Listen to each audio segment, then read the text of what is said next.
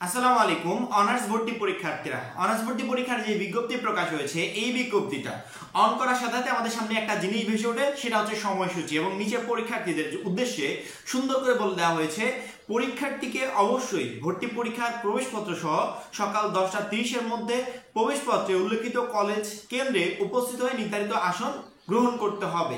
এই প্রবেশপত্রটা আমাদের সব থেকে গুরুত্বপূর্ণ বিষয়, অর্থাৎ পরীক্ষায় আমি যে একজন পরীক্ষার্থী, আমার পুরো পরিচয় বহন করবে এই প্রবেশপত্র, এবং আমাকে কোন কেন্দ্রে পরীক্ষা দিতে হবে এটাও আমি জানতে পারবো এই প্রবেশপত্রের মাধ্যমে। সেক্ষেত্রে প্রবেশপত্রটা গুরুত্বপূর্ণ না? এখানে বলেছে ভর্তি পরীক্ষার প্রবেশপত্র সহ প্রবেশপত্রে উল্লেখিত কেন্দ্রে উপস্থিত হয়ে নির্ধারিত আসন গ্রহণ করতে হবে। এখন পর্যন্ত আমি জানি না যে আমার কোন কেন্দ্রে ভর্তি পরীক্ষা হবে বা আমার আসনটা কোন জায়গায়। এটা আমি তখনই জানতে পারবো যখন আমি প্রবেশপত্রটা হাতে পাবো। আবার এই প্রবেশপত্র ছাড়া ভর্তি পরীক্ষায় আমি অংশগ্রহণ করতে পারবো না, কারণ কি, আমার পরিচয় বহন করছে এই প্রবেশপত্র, আমি যে একজন পরীক্ষার্থী ওইটা বলে দিবে সেই প্রবেশপত্র। সেক্ষেত্রে আমার জানার প্রয়োজন আছে যে এই প্রবেশপত্রটা আমি কবে হাতে পাবো এবং কিভাবে আমি হাতে পাবো, সেই বিষয়টাও বিজ্ঞপ্তিতে বলে দেওয়া হয়েছে। একটু স্ক্রিনে খেয়াল করে দেখো, ভর্তি পরীক্ষার প্রবেশপত্র ও কেন্দ্র সম্পর্কিত জ্ঞাতব্য। ঠিক আছে, ভর্তি পরীক্ষার নির্ধারিত তারিখের 7 দিন পূর্বে ভর্তি বিষয়ক ওয়েবসাইটের অ্যাপ্লিকেশন লগইন অপশন থেকে শিক্ষার্থীকে ভর্তি পরীক্ষার প্রবেশপত্র অ্যাডমিট কার্ড ডাউনলোড করে প্রিন্ট নিতে হবে।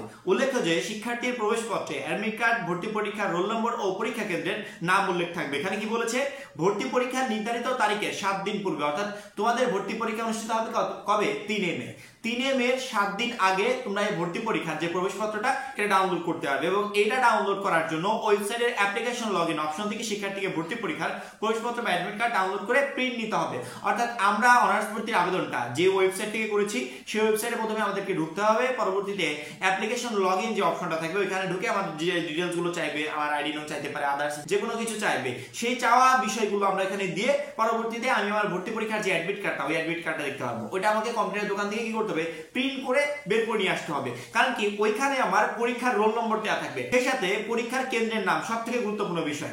এখন আমাদের কার কোন কেন্দ্রে পরীক্ষা হবে এটা কিন্তু আমাদের জানার ক্ষমতা এখনো তারা বলে নাই। এটা তখনই বলবে যখন আমরা অ্যাডমিট কার্ডটা হাতে পাবো, এবং প্রত্যেকের অ্যাডমিট কার্ডে তার পরীক্ষার কেন্দ্রের নাম উল্লেখ করা থাকবে। পরীক্ষার্থীকে অবশ্যই ভর্তি পরীক্ষার প্রবেশপত্র ও এইচএসসি পরীক্ষার রেশন কার্ড নিয়ে পরীক্ষার কেন্দ্রে উপস্থিত হতে হবে। অবশ্যই মাস্ট বি, ভর্তি পরীক্ষা দিতে হলে বা পরীক্ষা দেওয়ার দিন তোমাকে এই প্রবেশপত্র সাথে নিতে হবে, এবং এই প্রবেশপত্রের সাথে আরেকটা গুরুত্বপূর্ণ কাগজ যেটা তোমাকে বাধ্যতামূলক নিতে হবে, সেটা হচ্ছে এইচএসসি পরীক্ষার রেশন কার্ড। অবশ্যই আমরা প্রবেশপত্রটা যেটা প্রিন্ট করবো অনলাইন থেকে সেটা নিব, এবং এইচএসসি পরীক্ষার রেশন কার্ড আমাদের কাছে তো আছেই, এই কার্ডের ফটোকপি করে নিব বা মেইন কপি নিলাম, সাবধানে নিয়ে যাবে যেন হারিয়ে না যায়। এই মেইন কপিটা সাথে নিয়ে পরবর্তীতে ভর্তি পরীক্ষায় অংশগ্রহণ করতে যাবো, নয়তো না অনেক ধরনের ঝামেলা হতে পারে।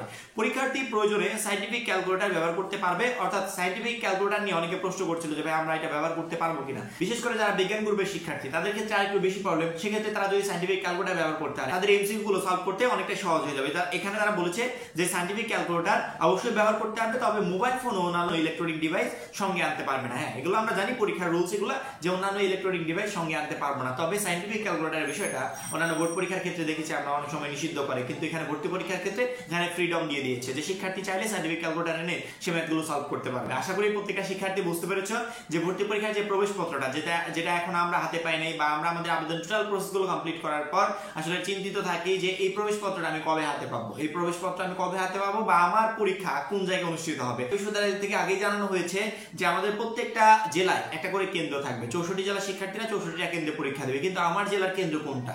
আমি যেমন রাজবাড়িতে থাকি, আমার রাজবাড়ি কি পাংশা সরকারি কলেজে আমার পরীক্ষা হবে, নাকি রাজবাড়ি সরকারি কলেজে পরীক্ষা হবে, নাকি অন্যান্য কোনো একটা কলেজে পরীক্ষা হবে, এটা জানার দরকার আছে না? অবশ্যই সেটা জানতে হলে আমাদেরকে অপেক্ষা করতে হবে এই প্রবেশপত্রটা হাতে পাওয়া পর্যন্ত। প্রবেশপত্রটা আমরা হাতে কবে পাবো? প্রবেশপত্র হাতে পাবো পরীক্ষার 7 দিন আগে, অর্থাৎ 3 মে আমাদের পরীক্ষা অনুষ্ঠিত হবে।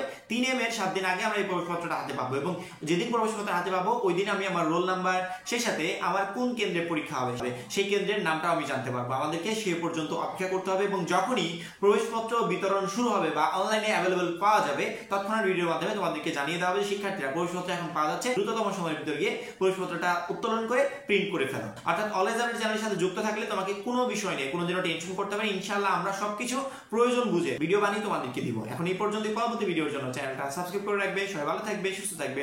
আল্লাহ হাফেজ।